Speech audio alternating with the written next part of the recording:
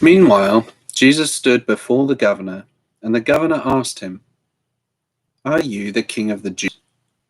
"Yes, it is as you say," Jesus replied. When he was accused by the chief priests and the elders, he gave no answer.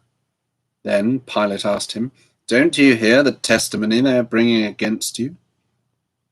But Jesus made no reply, not even to a single charge, to the great amazement of the governor.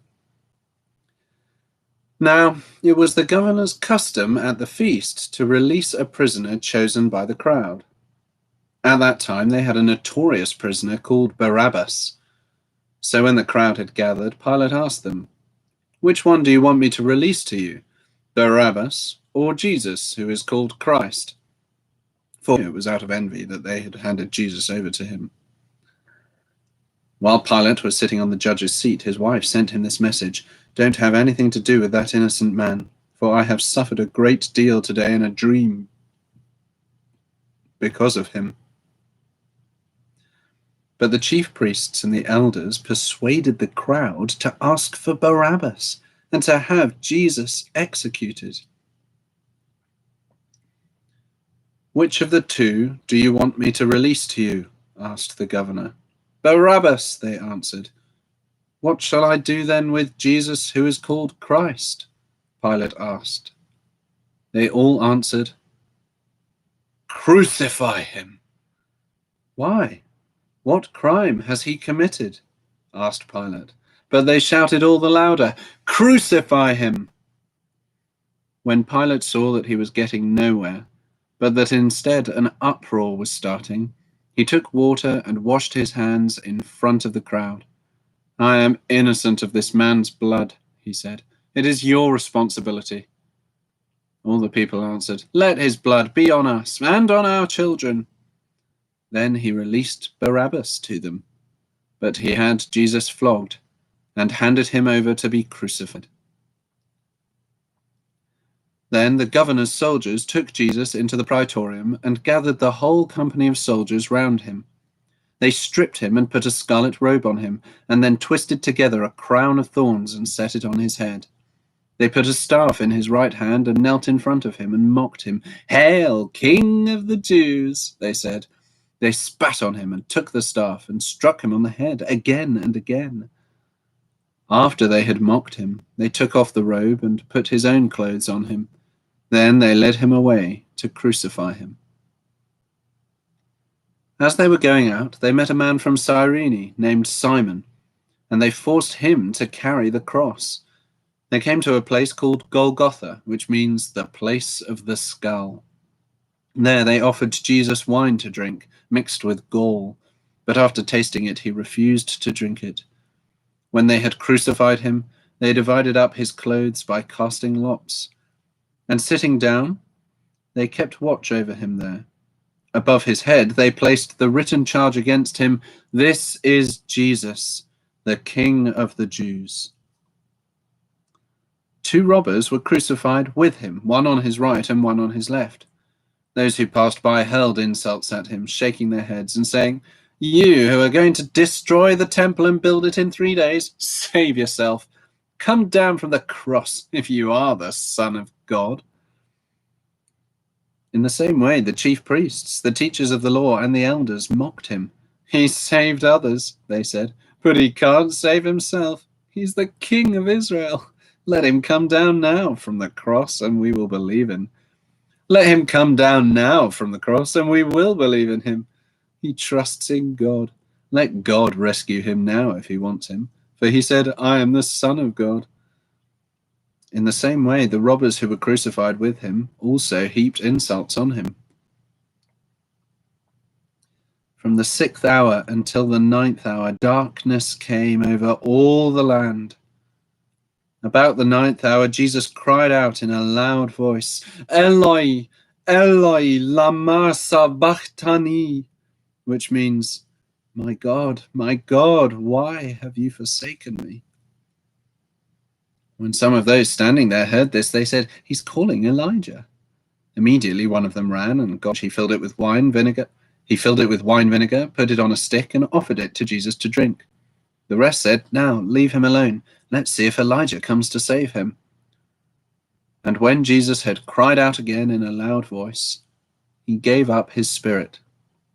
At that moment, the curtain of the temple was torn in two from top to bottom. The earth shook and the rocks split.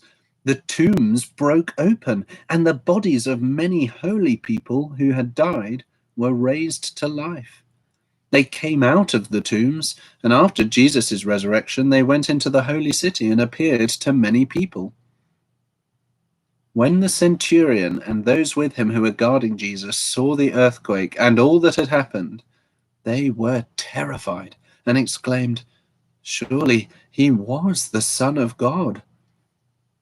Many women were there, watching from a distance. They had followed Jesus from Galilee to care for his needs. Among them were Mary Magdalene, Mary, the mother of James and Joseph, and the mother of Zebedee's sons. As evening approached, there came a rich man from Arimathea named Joseph, who had himself become a disciple of Jesus. Going to Pilate, he asked for Jesus' body, and Pilate ordered that it be given to him. Joseph took the body, wrapped it in a clean linen cloth, and placed it in his own new tomb that he had cut out of the rock. He rolled a big stone in front of the entrance to the tomb and went away. Mary Magdalene and the other Mary were sitting there, opposite the tomb. The next day, the one after Preparation Day, the chief priests and the Pharisees went to Pilate. "Sir," they said, "we remember that while he was still alive, that deceiver said, 'After 3 days I will rise again.' So give the order for the tomb to be made secure until the 3rd day. Otherwise his disciples may come and steal the body and tell the people that he has been raised from the dead. This last deception will be worse than the first." "Take a guard," Pilate answered. "Go, make the tomb as secure as you know how." So they went and made the tomb secure by putting a seal on the stone and posting the guard. After the Sabbath, at dawn on the 1st day of the week, Mary Magdalene and the other Mary went to look at the tomb. There was a violent earthquake, for an angel of the Lord came down from heaven and, going to the tomb, rolled back the stone and sat on it. His appearance was like lightning, and his clothes were white as snow. The guards were so afraid of him that they shook and became like dead men. The angel said to the women, "Do not be afraid, for I know that you are looking for Jesus, who was crucified. He is not here. He has risen, just as he said. Come and see the place where he lay. Then go quickly and tell his disciples, he has risen from the dead and is going ahead of you into Galilee. There you will see him. Now I have told you." So the women hurried away from the tomb, afraid, yet filled with joy, and ran to tell his disciples. Suddenly Jesus met them. "Greetings," he said. They came to him, clasped his feet, and worshipped him. Then Jesus said to them, "Do not be afraid. Go and tell my brothers to go to Galilee. There they will see me." While the women were on their way, some of the guards went into the city and reported to the chief priests everything that had happened. When the chief priests had met with the elders and devised a plan, they gave the soldiers a large sum of money, telling them, "You are to say, 'His disciples came during the night and stole him away while we were asleep.'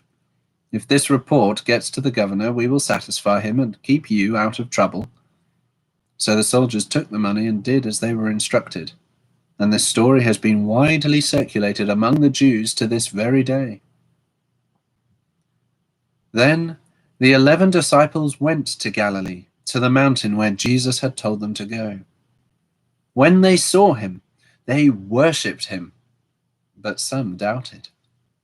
Then Jesus came to them and said, "All authority in heaven and on earth has been given to me.